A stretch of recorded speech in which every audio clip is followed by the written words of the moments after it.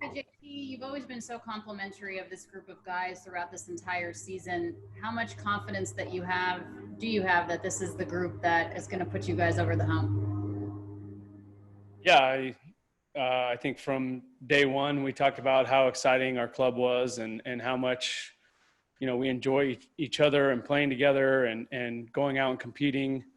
And I think that was pretty evident. You could see that in the 60 game abbreviated season. And I think we're all looking forward to tomorrow and getting this postseason started.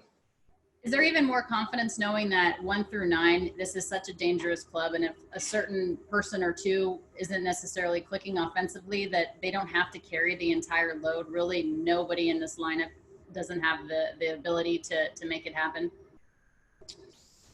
Yeah, I think that's a mentality that we have as an offense, and it's not just 1 through 9. I think it's anyone on the roster we know is going to be able to go up there and do their job. And, if they make a mistake, put a good swing on it and do some damage. And if they don't, be able to take their walk and pass the baton to the next guy. So I know there's been a lot said about our season and all the home runs we've hit, but, we also took a lot of walks and found other ways to score runs as well. And that's something that definitely comes into play in the postseason.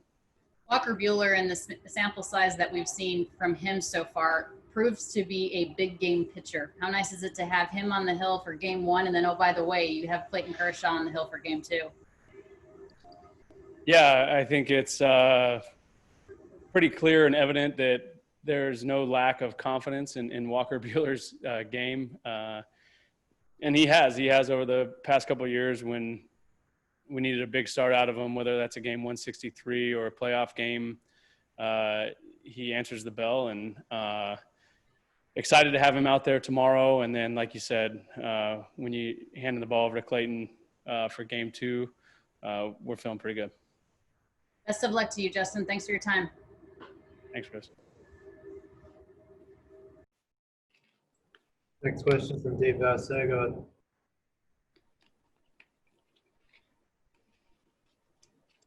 Hey, Justin, just curious, at what point, what game, when you came back from the injured list, did you feel like you could trust doing the baseball moves that you always do with your left hamstring? I don't know. I felt pretty confident in it the whole time.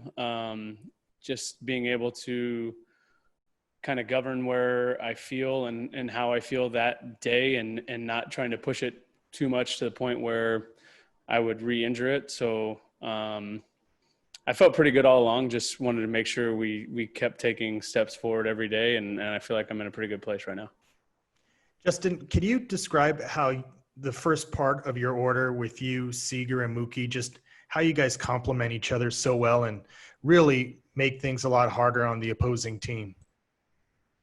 I think it's something that our entire order takes pride in, and that's, grinding out at bats and making guys work. And like I said earlier, if you make a mistake early in an AB, we have a lot of guys that can hurt you with one swing and that are in scoring position while they're standing in the batter's box. So, but also at the same time, we do a really good job of staying in the zone and making guys work. And that's part of the reason why, our offense has been as successful as it has. And like you said, with Mookie at the top, kind of setting that tone, it's just kind of has that trickle down effect, and these guys can put together some really good at bats. Thank you. Next question is from Ken Gurnick. Go ahead. Justin, was there anybody in college or early in your career that gave you advice on how to handle the pressure of the postseason? And if not, how do you explain your consistent success in October? I think, growing up, I played in travel ball tournaments and Mickey Mantle World Series and Connie Mack World Series and the College World Series and postseason and minor league baseball. So I've been in a lot of, I guess, big, important games. But if there was one person that, I'd give a lot of credit to on trying to mentally hone in and be present. That'd be Ken Ravizza, who unfortunately we lost a couple of years ago. But he was our sports psych at Cal State Fullerton, worked with him for many, many years, took a couple of his classes, and he just really talked about, the mental side of baseball and life, really. So he was huge for my career and being present and being able to let go of the bad stuff and move on and get back to the next pitch. Great. Thank you. Next question is from Bill Plunkett. Go ahead. Justin, there were times this past couple of months when baseball felt very tenuous, that things could fall apart very easily. Do you feel like you've gotten past that? Is that out of your mind now? Yeah, I think, obviously there's a lot of protocols and things that we're allowed to do and not allowed to do. And, getting tested every day. And I would say it's been a pretty successful season, getting to this point and getting to the playoffs. And like you said, I was probably in that category where, I was optimistic that we were going to have a season, but there was definitely some doubt whether or not it was going to happen. So to be sitting here today, watching playoff baseball as the American League kind of kicks off their wild card round, I would say that, we did a good job, and I commend everyone for taking it serious and being responsible and making good choices and allowing us to get to this point. To put it bluntly, does anything less than winning a World Series make those risks and sacrifices worth it? I mean, I think every year we come here, we expect to win a World Series. So you gotta go through those sacrifices and those risks to get the opportunity to win a World Series. So yeah. Thanks.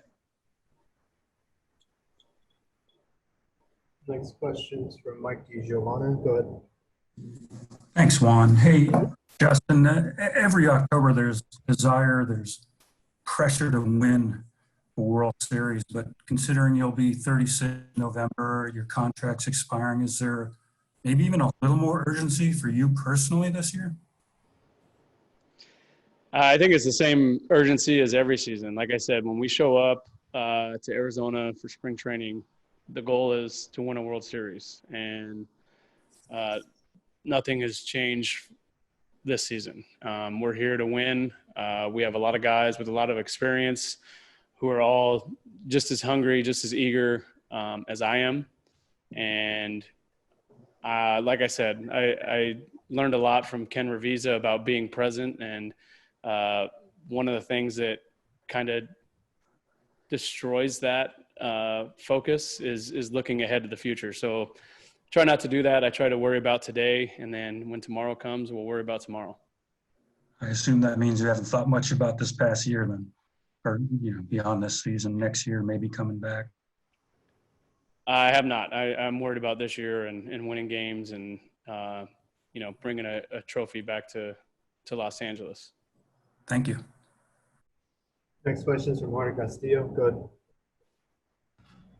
Justin, how difficult is it to prepare for a team you haven't even seen yet? You have a guy over there on the other side who throws something called the airbender that you haven't even seen yet. I mean, how difficult is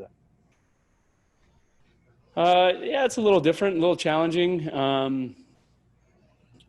Usually, like you said, we would have played them at a home game or a home series and an away series and be able to have some stuff to go back on. But a lot of those guys over there, we have got a chance to see. And, we probably have some guys on our club that they haven't seen either. So, that's the world we're living in 2020, and can't use it as an excuse. You got to be as prepared as possible and go up there and find a way to get the job done. And with your hamstring, do you feel like you're 100%, or are you still getting there? No, I feel great. Thank you.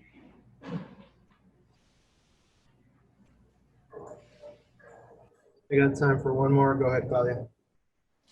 Hey, Justin. So over in the Milwaukee dugout, they have players that can find the holes to get hits and move runners around bases. How tight is this team defensively? The Dodgers?